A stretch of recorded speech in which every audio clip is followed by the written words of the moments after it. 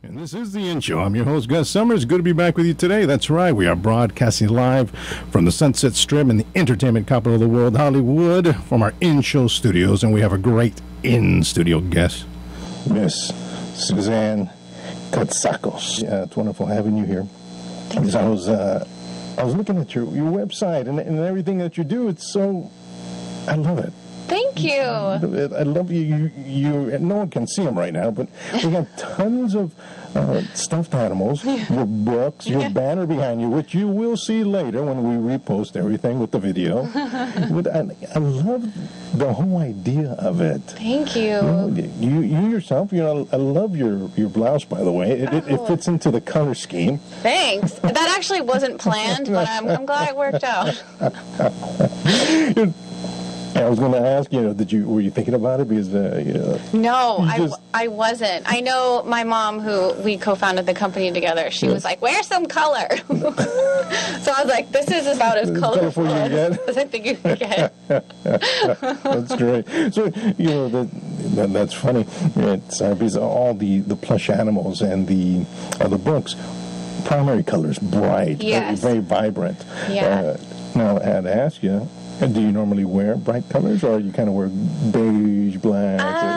I feel like it just varies on my mood. That's how I've always been. Some days it's bright and colorful, and other days it's black and white paisley. I don't know. Because you were saying your mom, who you co-founded the company with, Mutasia. Yes, Mutasia.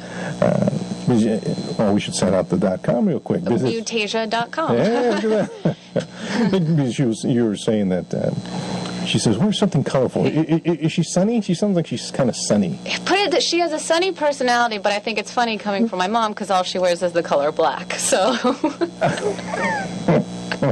So the release of color came in with the brand and through her personality. That's fantastic. Yeah, we're a small company and it's a family-based one. Everyone who works at it, the chief artist and designer is one of my close friends from film school. Yeah. The Rob Broadhurst, who does the music and lyrics, he's Ryan's best friend, and then my best friend Chelsea, we wrote 2 books together. So it's our chief of operations I've known since almost 20 years.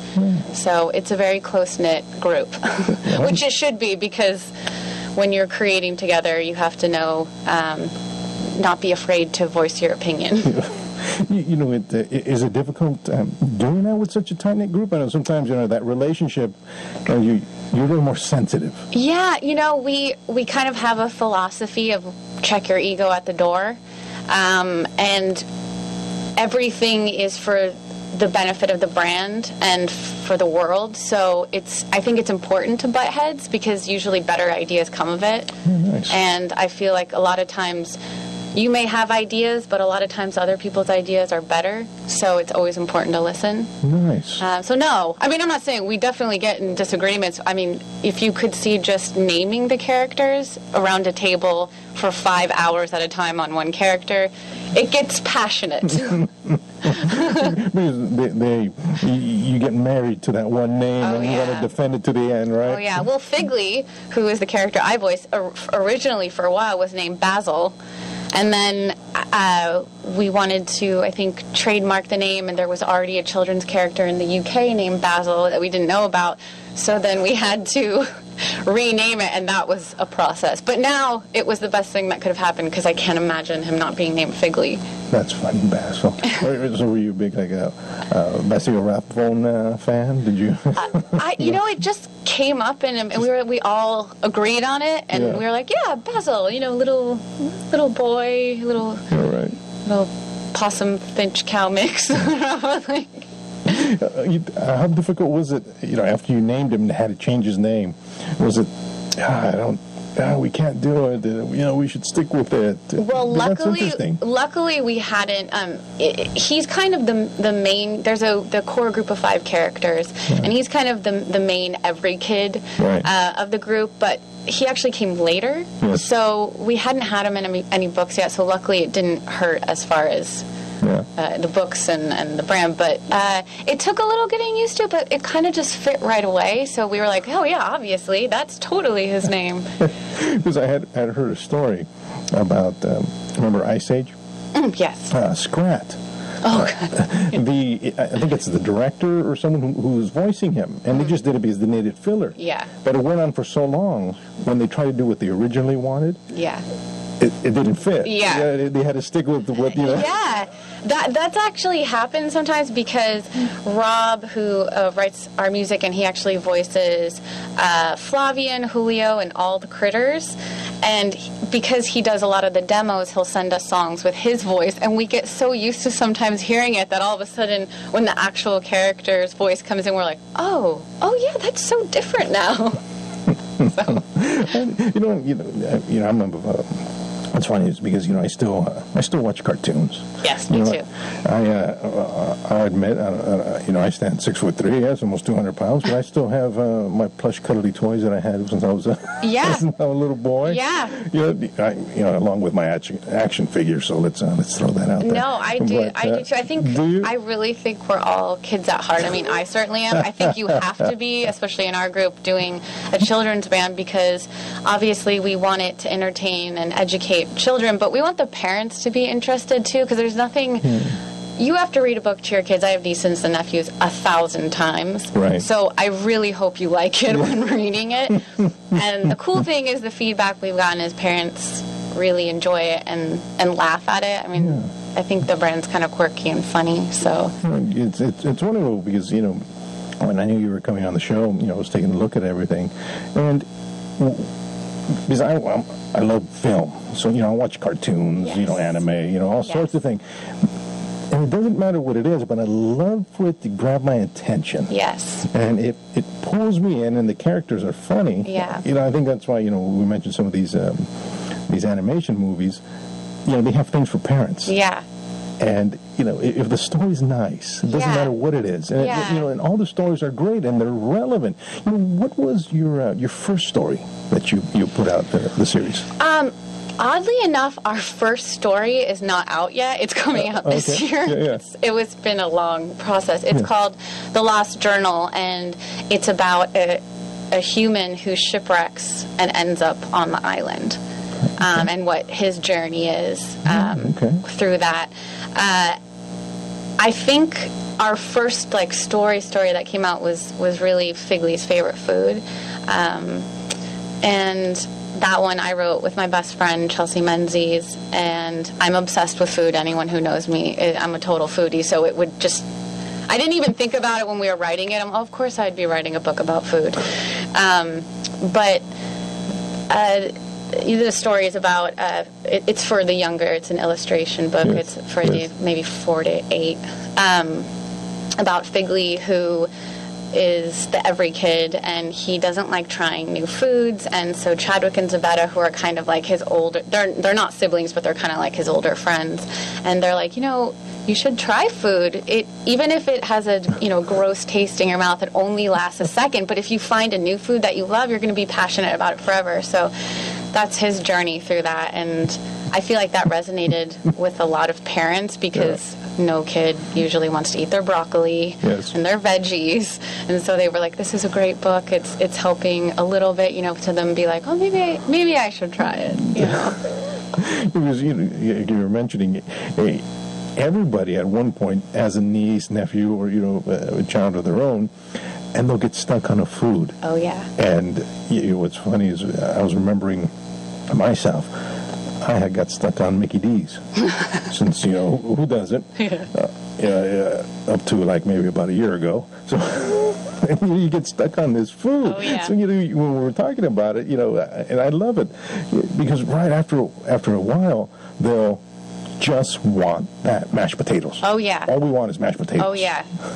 Oh my gosh. That. Yes. I think I was like that too. I was a weird kid. I loved vegetables. I hated meat. And my parents were like, you need to eat your meat. And I don't want to eat my meat. And I just wanted to eat vegetables and ice cream, of course.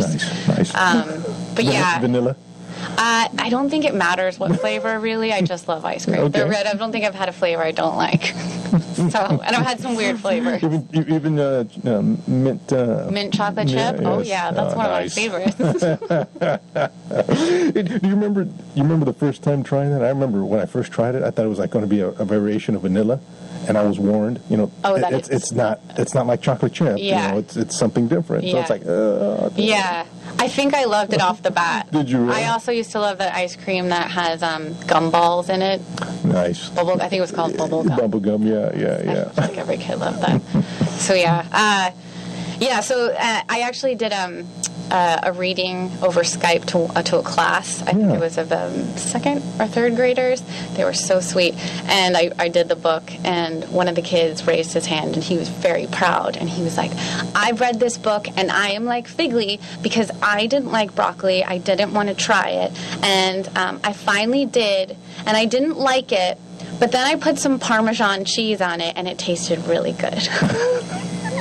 And I was like, well, that's a step in the right direction. Broccoli and Parmesan cheese. Yeah. Nice. I mean, cheese makes everything better, so. I catch it. I couldn't disagree. I was like, well, it was so sweet, though. He was very excited about it. The whole concept of it, it's educational. It's to, help inform. And what I liked about it is a companion. It's showing the, kids and, parents, they should know that they're not alone. Yeah. This is a journey that everyone goes through, and, and that's what I really loved about it. Was there, when you were growing up, was there a book or, what kind of inspired you, to bring this about? Well, I know that growing up, and I think everyone in the group has talked about this, I had a lot of friends, and I played sports and did theater, but I never felt like I fit in, and I always felt a little different. And I think every kid has had that, feeling different. And so, the characters are a mix of two or more animals, and the whole message was being different is great. Find out what's unique about yourself and love that. Yeah. And, I mean, obviously, some of our songs are comedic, but like one of them is called Claus, and our in quotations evil character Flavian, who's just misunderstood, sings a duet with Julio, and they both have claws, and they talk about, it's this beautiful ballad that Rob wrote, but they talk about how it's very difficult in life to deal with having claws. Yes. Because scratching, you can poke your eye out, or playing the guitar, he has to have 12 extra strings. Yeah. So yeah, that's kind of our message. Like, we have educational aspects in it for sure, but we try to keep it an overall theme rather than in your face, because we feel like you learn more through entertainment. Right. If it's fun and interesting and you learn something, cool. Yeah. But it shouldn't feel like a lesson, Yeah, as soon as you feel like you're being taught something, it turns out. Yeah, it's just too much. I always call it that's a very American attribute. Don't tell me anything. Yeah. Don't tell me what to do. Yeah. Don't try to teach me. And I think parents like the education themes of the stuff, but I think also kids take away good stuff from that. And and I think subconsciously, I don't think they're like, well, I read this book and I learned this, Because I remember when I was growing up, the Cosby Show, and that was actually very educational. He had lessons, and he would talk about, hey, so and so was mean, or so and so learned this lesson. Yeah. And when I was a boy, and I was entertained, but the lesson, like you're saying, sinks in. You remember. I still remember those things. Yeah. Well, and I mean, all the characters, while their situations and food and everything are mutagified, it's very similar. I think kids can understand, like, oh, well, that's kind of like me. Like, Billy has a song called My Horn, and obviously she's so unique and beautiful. She's a leopard, unicorn, penguin mix, but her horn, knocks chandeliers down and pokes her tall friends in the eye, and she's like embarrassed about it. But then at the end, she realizes, you know what? That's what makes me awesome and cool. Yeah.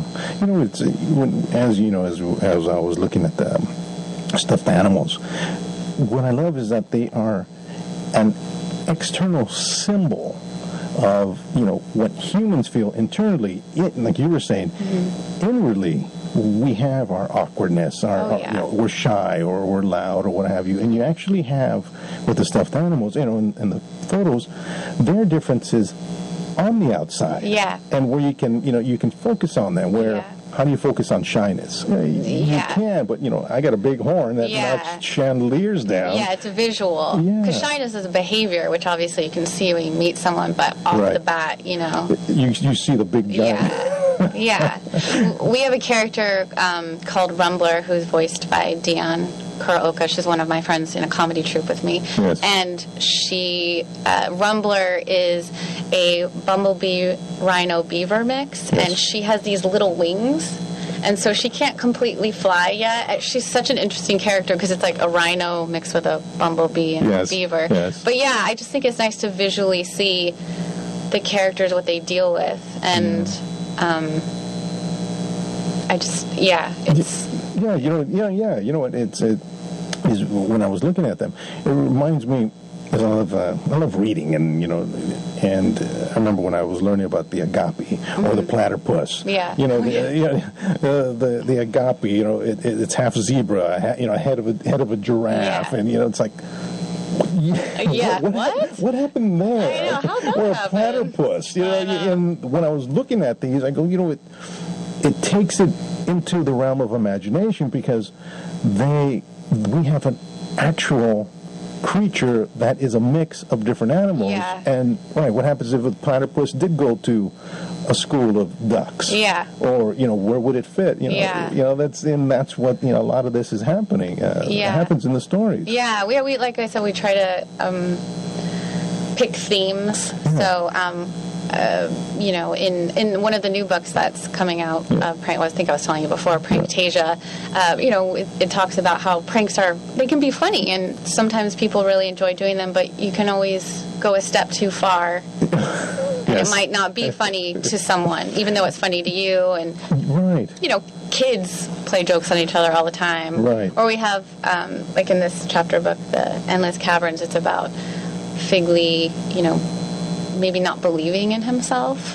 Yeah. And he all of a sudden goes on this journey and is like, I have the confidence now. I can do this. Yes. So it's fun to write and to create this kind of stuff because there's a never-ending supply of life experiences. Right. And it's wonderful because children, are sponges. Oh yeah.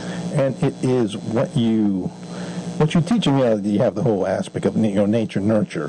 My opinion is that it's both. Yeah. What they're exposed to. Yeah. And negativity, positivity, but teach them and they will follow. There was a great line. I'm trying to remember. Children will rise to the level of expectations. Yes, here, look at this, read this, and they see stories like this, like that one reason the cavern, I can get through this, this maze and darkness and what have you. The pitfalls.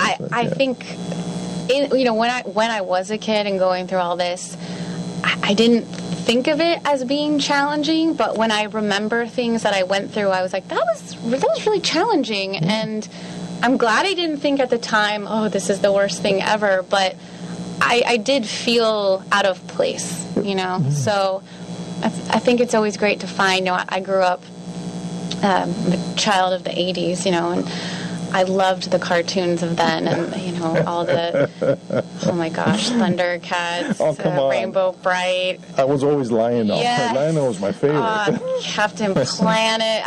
I think there was something really fun about those, and also funny. Yeah. So that was just so great. So we really just wanted to infuse. I think we wanted to infuse humor, but I think it's just our personalities too, because we riff on each other all the time about everything. Yes, because you were saying you're part of a comedy group and such. Well, Ryan McCullough, who's the chief artist and designer, he's amazing, and I actually met him in film school, and he is a clay animator, and I was like, I need to produce your stuff one day. It's, Yes. and he said, well, I still have years of school left, so we'll see. Yeah. And then he graduated a few years later, and I called him and I said, come work for our production company, and we produced some claymation series together that are super weird. Nice. Weirdly awesome. but Weirdly weird. awesome. And yeah, so we've had a long dialogue together of Right. being weird. That's great. That's great. Before I ask that question, how many characters are there?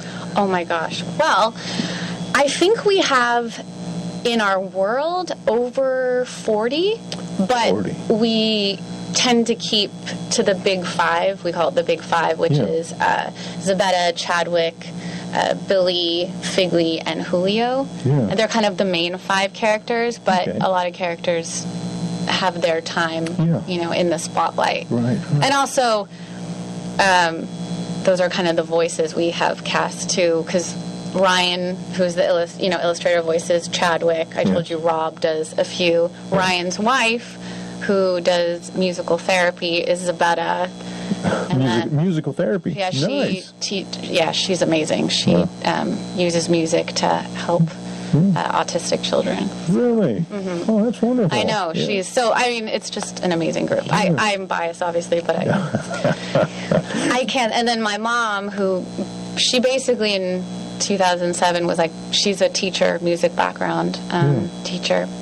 And she was like, I want to do something that's educational but creative, like really creative and fun, because she just felt like there was a spot missing, and there's amazing cartoons and brands out there, but she just felt there was something. So that's when we started working on this and creating it. So Fantastic. Now, does each one has its own personality? Yes. And do they have a quirk that they have to overcome? A shortcoming, or is it just as they're growing, learning, and yeah, I adapting? mean, obviously, like we talked about the physical challenges of some of them. Yeah. Figley has wings. Yes.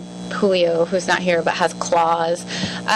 They definitely have their own personalities. Yeah. Billy is the little music theater diva, super girly, and Nice. I found that. And she needs to learn sometimes because she likes things pretty, and she hangs out with Zabetta, who is the complete opposite, who likes to hunt, and she's a tomboy, and she lives in the jungle. Nice. And so it's like, okay, we're both really different. How do we get along? How do we get along? Yeah. Nice. So yeah, I really think, like I said, it mirrors not just kids, but what happens to humans. Yeah. Anyone. I mean, you Right. meet people from different backgrounds, and that's different. Cultures and stuff. Yeah. Yeah. So is it primarily just a physical difference that they have to overcome, or do they have internal quality? Like you were talking about confidence, shyness. Yeah, I think Zabetta is headstrong. Okay. Chadwick is the creator. He's an inventor, and I think that he, sometimes is a little involved in his stuff. Figley is super excited, and sometimes I think gets into trouble because he's too enthusiastic. So Nice. I kind of think we just mirror maybe some of the archetypes of Nice. your kid, the jock, the music diva, the nerdy scientist. nerd, Obviously they're more rounded out than that, but if you break it down, Right. that's... No, it's interesting. Looking at is you're looking at personalities and characters. And do you have, or do you read like psychology? Do you have, or does anyone in the group? Because there's a psychological aspect to it as well. I think there are elements that we do. We try not to again get too. Yeah. Too okay, well, in this psychology book it says this. I mean, we're trying to, at the end of the day, have fun and entertain, Right. and I think we're all storytellers in a way, because, my mom was a music teacher. Ryan, he writes and he draws, he tells stories through pictures, and I'm an actor. Yeah. So we try to keep it there, but in the chapter book series, we have a few teachers of the year who write those, and they are tackling, that theme based upon their they're teachers. Right. So yeah, I think they're approaching it from a very different way than we might in some other books. Right. Because I know, as you're talking about yourself and your group, you're all basically entertainers, and entertainers are master of observation. Yeah. So, so I hear all that. You may not put psychological terminology to it, but it's the behaviors that you see, especially being a comedian. Yeah. You see all the little quirks and what have you. Yes, I am a trained theater actor, so that is my job to look at behavior. No, I mean, yes, I guess you're right. I don't think of it that way. I'm like, psychologists and psychiatrists, they're specific in their job. They know what they're doing. Yeah, that's wonderful because, again, as an entertainer, you have to adapt quickly. Yeah. Here's your script, now you are so-and-so, and you have go into the catalog of your, I know. your resources. Okay, how am I going to portray so-and-so? Yeah, well, it's I know, that's so true. It's funny because I feel like I've always kind of put on a lot of hats in the companies I worked for, and so for this one, I was like, I'm just going to be, a co-founder and producer. Like, I'm not going to voice anything. That was the plan. Yeah. And then we couldn't find, because we didn't want to cast a little boy for the voice of Figley because of when they grow, the voices change. And also, we just couldn't find someone else, and we wanted it to be so. Ryan was like, I was in a voiceover class with you in college, then you should try out. And I was like, no, I'm not going to do a voice. Like, I just want to focus on one thing for once. Yes. But as usual, he won. So I tried out, because we all have to audition. I know that sounds weird, but if you're not right for the character, then you don't get the part. So, right. Yeah. Yeah, because I guess you would have to have the overall concept and it representation through the voice. Yeah. Like, I recently, again, against my will, auditioned for Waddy, who's one of the characters, who I believe does need to have a male voice for it. But I tried it, and we laughed so hard at my 3 auditions because it's not that they were bad voices, but one of them I sounded like a little old lady. It was just so not right for the part of Waddy. And now Ryan just sends it to me occasionally to make fun of me. On an email here. I'll just having a day and I'll get a text and it'll be like, remember this? He loves it. He thinks it's hilarious, but that's great. So like I said, we rip on each other. So that's archives for the the CDs, DVDs. Well, and Ryan's wife, Bree, who does the voice of Zabetta, she auditioned for the part of Figley, and it's hilarious because she's amazing at Zabetta. She is not right for the part of Figley. That's great. That's great. That's fascinating. As you're talking, I can imagine you're trying to get into the idea of the character, and here comes your voice, and Ryan's all, I'm going to say that for you later, so I'll send it to you. I mean, and it's the same with. So there's the 2 characters that are, in a sense, out of the company. They're just voices, and that's Christine Yadsukar. That's her married name, but who does Billy Pennycorn. I met her in a film class, and she's such a good actress, and I was like, oh, God, her voice is amazing. I hope she turns out to be a nice person, because I would like to cast her as Billy. Anyway, I got to know her really well, and she's amazing. So I said, would you mind doing an audition, and everyone loved her.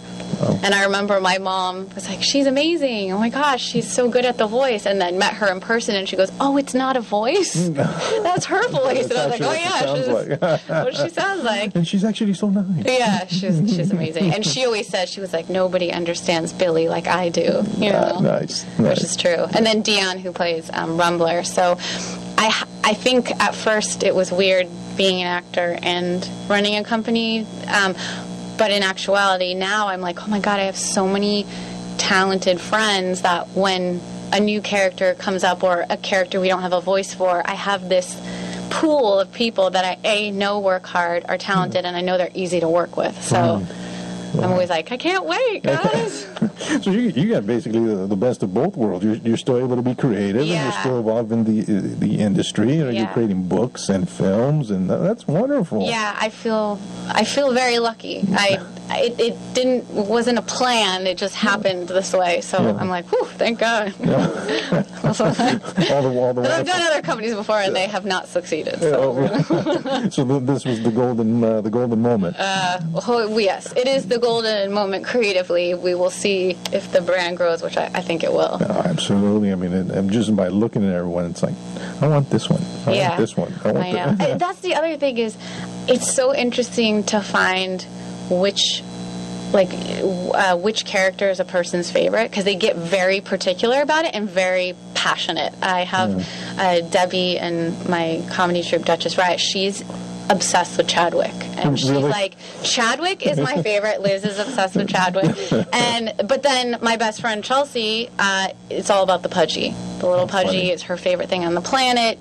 Nothing can be better about that. So, and kids get that way too. But to me, it makes me laugh at the adults that get really opinionated about it. And, it's interesting because you watch something and you're like, this is mine. It's like, I don't understand why you don't like him. I love this one. Explain to me. And they really don't understand. It's fascinating. Totally. Oh my gosh, I know so much. And they have opinions. My friend Matt, who has 2 children, was saying that I think he pronounced something wrong, I guess, in the book, and his daughter was like, Dad, that's not how you pronounce it. Nice. It's like this. Nice. And I was like, oh, get schooled by your daughter. Yeah. And kids are on it, too. Oh, they're super on it. That's how I would say it. And they're really smart. When I was doing this class over Skype and the kids were asking questions, they're so insightful. And so even these messages that, we were like, oh, we're being so sly, we're putting them in, you know, but they really get it, and they are smart, and they don't like BS. Right. At all. Right. They're very honest. I mean, you can get an adult and be like, oh, yeah, that was nice. Yeah, I appreciate it. The kid's like, I don't like this, or I like this, or let me tell you why I like this. And it's your best critic because they'll be completely honest. Brutally There's no honest. filter. You definitely brutal. You definitely don't want to ask them, how those shirts or pants are. How's this? Oh yeah, no. I remember my nephew was like, and I was like, what? And he was like, those shoes don't match that outfit. And I was like, oh, thank you. Thank you. Thank you. Honesty. I can't change now. I can't change. Thank you, honesty. I'm glad you have better fashion sense than I do.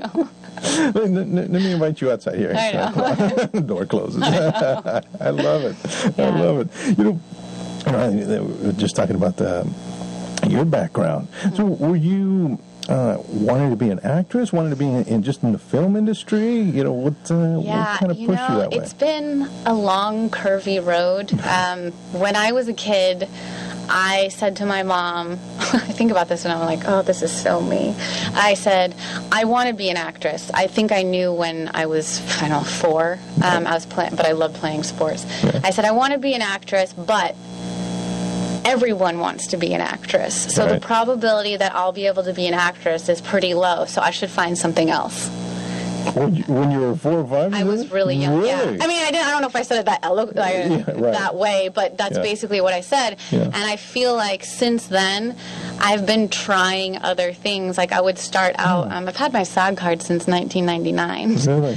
And I would, start acting and get into it because it's such a passion. But then something else would come along, like a business venture or something, and I would focus on that. And when I was a senior in high school, my teacher at ACT in San Francisco said, I think his mentor told him this, but if you can be anything else than an actor, do it, because it's such a hard road. Yeah. And I think I kind of maybe took that to heart. Right. And now I've been doing it for 5 straight years after we sold our production company. And I said to myself, I can do other things, and I can do them well, but I don't want to. Obviously, except Mutasia, but to me that blends both together anyway. Right. It's very creative. So for the past 5 years, I've been like, this is it. Stop taking, detours. Yeah. It's the time. And I think I wasn't emotionally ready. It's a tough. I get told. I've been in the business world for a long time, and you get told no a lot too. But I think I just got used to that, and in the acting world, it's a lot more personal. Right. So because you wear your heart on your sleeve. Yeah. It's a performance. This is what I love to do. Yeah, they're like, please wear your heart on your sleeve so you can cry in the scene, but at the same time, don't be upset now that I told you. Yeah. But at the same time, I say that, but I have been very fortunate. I moved to LA because my husband got a job here. The plan was to go back to New York, and everyone's like, you're going to go to LA and you're going to meet the fakest people and it's going to be terrible. And I've had the best experience. I've met so many amazing people who are just trying to do the same thing, that everyone, writers, directors, PR, business, and everyone's just been really nice. And I feel like I've been very fortunate. So, I mean, once you meet those group of people that are like yourself, and you bond together. I think it's wonderful. You were talking about taking different routes. It always reminds me. I'm trying to remember how the adage goes. Basically, whatever it is that you love, leave it alone, and if you keep going back to it, it'll always take you back. It will. It's so funny. All roads always lead back to that. And things have, while it's been, it's always tough. I feel like at the same time things have kind of weirdly fallen into place. There was never a plan to be a comedian, and I was always this dramatic actress, which I still love to do. But I took an improv class, and I don't know what happened, but I am now an improviser. 5 years later, I'm in 2 groups, an all-female one and then a long-form group. And I'm like, I think it was just a year ago, I was like, well, I guess I can now officially say I'm an improviser. I've done, hundreds of shows, and how'd this happen? How'd comedy happen? And I love, when I have guests and they talk about, their lives, the beauty of that.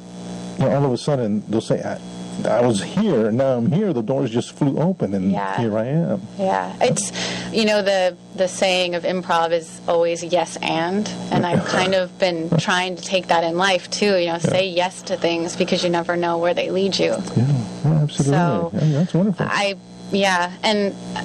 I think also, I grew up in Belgium. I'm American, but I grew up in Belgium. And meeting so many different people and experiencing so many different cultures had such an impact on me that I just feel, I don't know, like I say in my voiceover too, I feel like I have so many experiences to draw from, and I just want to do that, and the same with acting. So I feel very fortunate of that too. I always thank my parents. Well, thank you for moving me at such a young age. It's been let me crazy. Experience such things. When you were little, you wanted to be an actress. Did you see a movie? Did you see a play? Usually there's something that draws you. There have been so many things that have had an influence on me. I did a lot of plays when I was little, but at the same time, I was a huge baseball player and softball player. Were you really? What position? I played second base when I played baseball, but then when I transitioned to softball, as I was told one day in Belgium, I went to sign up for baseball, and they were like, no, you play softball now. And I said, no, I play baseball. I've been playing baseball for years. No. Now you're this age, you're 11, you play softball. And I was like, oh, okay. Thank you. Shortstop. So, yeah. Oh, did you really? Mm-hmm. Nice. Yeah. Something you still do? Are you in the league now? Dion and I go to the batting cages. Do you really? Yeah. But it's so funny, I actually just posted a picture on Instagram. I broke my cheek in 3 places in a tournament once, and it was before I moved back to the States. And I think after that, I was always a little like, ball in my face. That's a little scary. I played softball till I was a senior, but I think I got older, so I got a little more nervous about stuff. I all of a sudden when you're a kid, you're like, I'm never going to get hurt. I don't care if I fall down. I used to break my arm all the time, but now I'm like, I don't want to break my arm. I would like to not go through that. 4 to 6 weeks in a cast. Yeah, that just sounds inconvenient. Especially if you're in high school and you want to do all the pretty things and all the nice things, and you can't have a cast. Being an athlete, pretty does not exist. It was like ponytail, jeans. But you actually asked me in that, and I didn't even answer your question.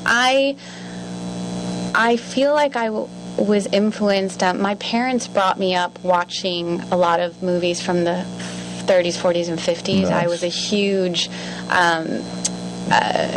Katharine Hepburn, Lauren Bacall fan. I loved them passionately. I loved James Cagney. I mean, all of those movies. And one of my favorites growing up was Adam's Rib and Topper. Yes. And I know that my dad loves war movies, and we used to always watch movies like that. And if ever I got a little scared, it was always like, okay, now we watch Topper before I go to bed. And so I was brought up on actors from that generation and decade, and I always just was so passionate about it. And then, of course, cartoons. I mean, like No, I said, that's going to be my next question, yeah. oh gosh, Leading I back in can here. quote, I mean, all the Disney stuff. Really? I mean, I think I still watch them now. I Do mean, you I really? still love cartoons. They're something my best friend and I used to always, Sunday, her mom, it was like we could be spoiled and get McDonald's, and we would always watch a Disney movie together. Nice. The old ones, like from the 40s, like, Melody Time. and, All the Bing Crosby was my first crush. Okay. Weird, I know. But all his, like, Ichabod Crane ones. Yes, And I yes. love all the Fantasia, all the... gosh, I can't... I just rewatched them the other day because Donovan Scott, who's in one of my improv groups and is my comedy mentor, he has movie nights, and he loves to show us things that maybe we haven't seen. Yes. And usually I've actually seen a lot of them thanks to my parents, Yes. but just rewatching, like the Ichabod Crane one with Bing Crosby was so awesome. That's great. Yeah. That's great. Yeah, Bing Crosby is one of the fantastic actors. I love film. And talking about I love old movies. Errol Flynn. Oh, yeah. Cary Grant. Uh-huh. And I was talking to a friend of mine. His father, who's been in the industry forever. And we're talking about old films. And we were just talking about how it was harder back then because no explosions, no nothing. You just watched Katharine Hepburn for about 10 minutes talking. It was theater. And that was it. It was literally the next step from Yeah. theater. I mean, even as an editor, because I've worked as an editor for a long time, the cuts are so simple. It's like a wide shot, a medium shot, and a close-up, and they left it on there forever. Now it's like every 2 seconds there's a cut. Yeah, switch. So you had to. I mean, it was theater. Yeah. Which is what I love. There's, the same thing. Like when I read and I watch film or cartoons, does the character capture me? Mm-hmm. It was the actor maybe. It's so and so. Yeah, but they didn't capture me. But I don't know. There's never been a time that I haven't been able to not watch Cary Grant. Oh yeah. Or Audrey Hepburn. Yeah. You just sit there watching them. I just saw Roman Holiday again. Oh, that's such a good one. Yes, I love that movie. Gregory Peck. You're just watching them in the long shots. Yeah. And they're just talking and the way they look at each other. And it's, and I look for that, in all sorts of art. Do you kind of try to bring that into, like what you're doing now, bring those long moments into, the books and the animation and everything? Yeah, I think what we try to do, and I think what makes any good movie good is, of course, good acting is great, but you have to have a great narrative. Nice.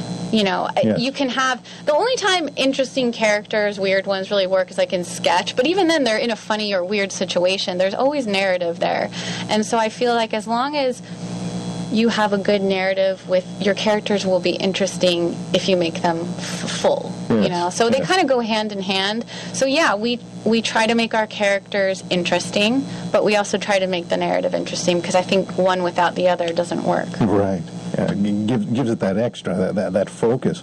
So now I have to ask you, so which one do you most associate yourself with? Is it the one you voice, or? No, you know what's interesting? I think I really associate with Figley, who I voice with, because I still have my kid living in me, so I get that. Yeah. But I actually feel like, as far as the music that is Zabetta, because I think I'm like a mixture of a tomboy with a little bit of girliness. And I was a tomboy growing up, and I liked sports and, playing around and stuff like that. So I identify with her at that, but I think she's a little more I think she can sometimes be a little more ballsy than me. But the music, I love her songs. I think also because in my regular singing voice, it's more in my key, so I can sing in the car on a simple level. But yeah, I love Figley because he reminds me of my childhood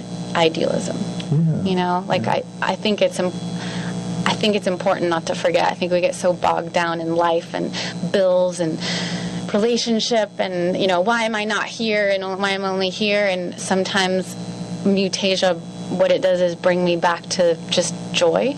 Yeah.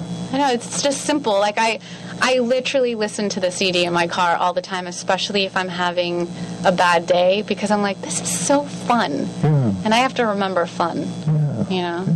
Yeah. It sounds like it's like your favorite song, your favorite movie, you know, something that you always go back to. Yeah. You know, it's funny because as you as an observer, you know, because you're a performer, you observe how many people you see just being dragged down, and you talk to them, and they'll say basically that, well, you know, life's not going as I planned, and I remember back when. Why don't you? Because I try to stay like that, you know. I try to, you know, be youthful. You have to proactively decide to do that, because it's very easy to get heavy, you know, to just, I mean, I'm an actor, I do serious work, and I can feel like, oh yeah, this is how, or I read poetry of what I used to write, you know, in high school. It was just so dark. And, so I think you have to actively be in control of your happiness. Right. That's wonderfully said. That's wonderfully said. Because, you know, a lot of people seem to just kind of let it go. Yeah. You know, and you know, you get bogged down. You know, in your characters, because this one. Figley. Yes. Figley, thank you. He's cheerful.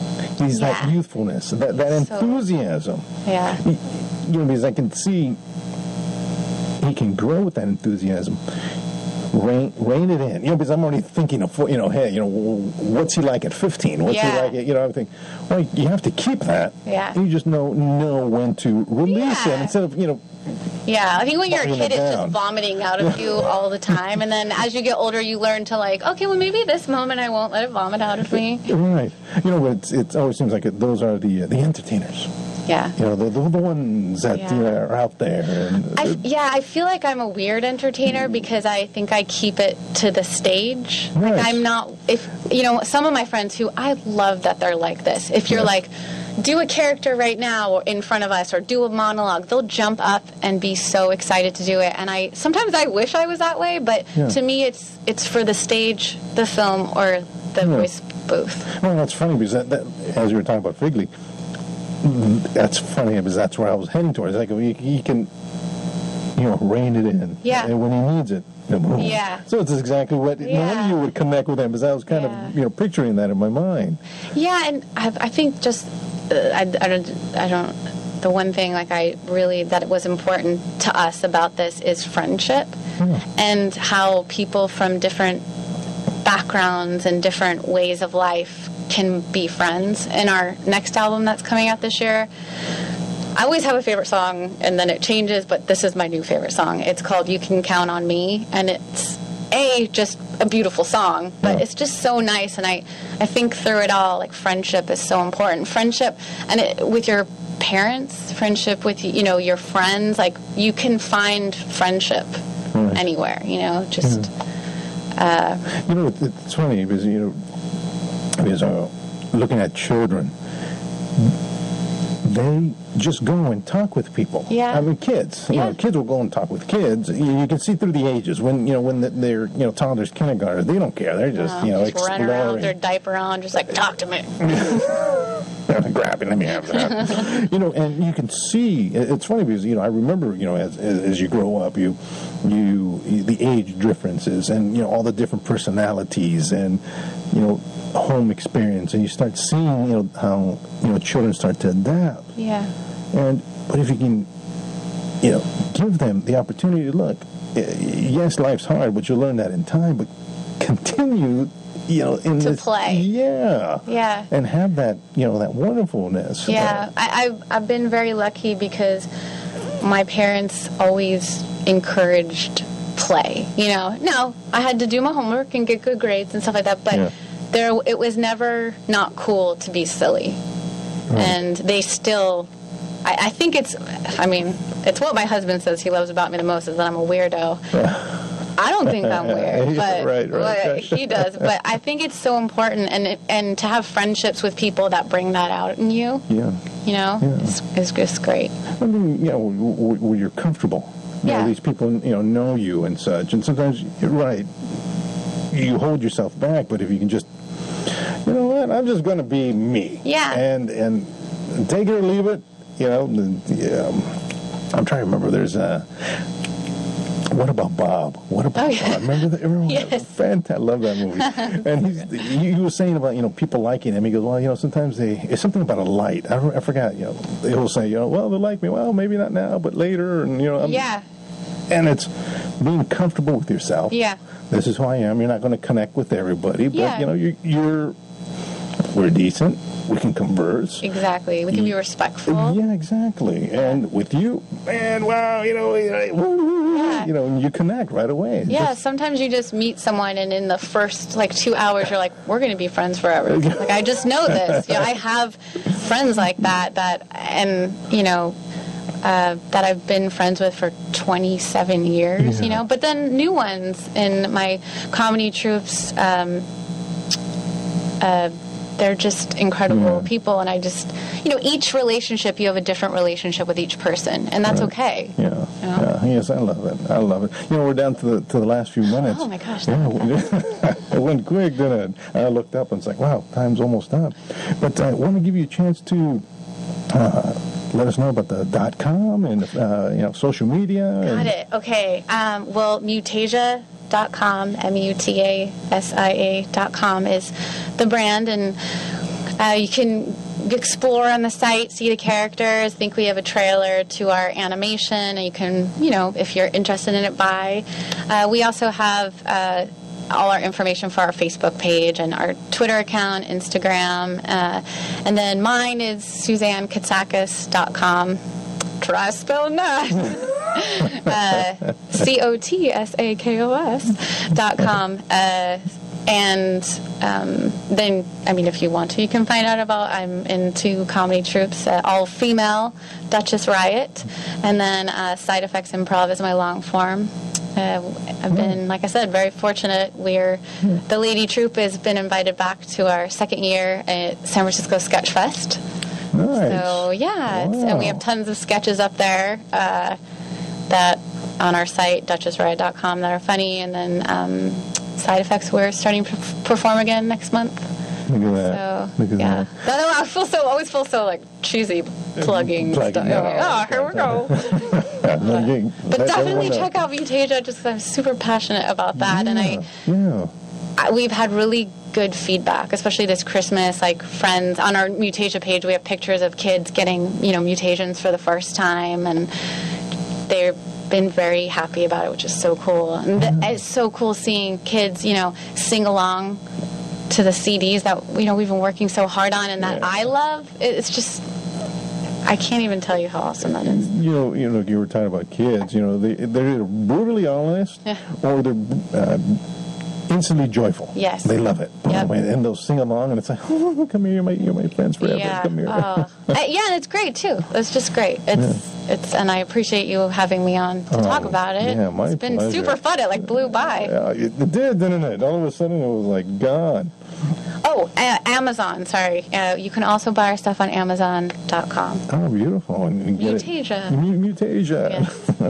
I love it. And, want to give a quick shout-out also to our wonderful friend, Liz Rodriguez, of course, who's always a great friend of the End Show, bringing us great guests Liz and everything. is amazing. Yeah. Just one last minute. Mutasia. Mm-hmm. So, obviously, mutants, or what the... Mutasia, mutants, they are of all different things combined together. Yeah. Because I love like we're talking about cartoons, I love the whole mutant thing, so I was like, oh, this is awesome. Yeah. Is there some toxic Avenger waste, some things?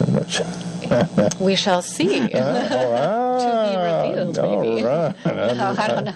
I love it. And And just one last thing, and everything's coming out, right? Well, we have a lot, actually everything here that you see, the plushes, and there's like 4 books, are 2 CDs, and they're all on our site. They're all available now. Beautiful. But we have 3 books coming out this year, another CD, Mutasia Radio, which is going to be awesome. Really? Yeah. We got it. Mutasia's radio station. Nice. So you guys are going to have all the characters? Yeah, it's super fun. I'm really excited. Oh, that's wonderful. Well, congratulations. Thank you. Thanks for having me on. Oh, my pleasure. And I love everything. Oh. So now I got to get into it so I can tell you next time which one's my favorite character. Please let me know. Fantastic. Again, Suzanne, thank you again. Appreciate it. You bet.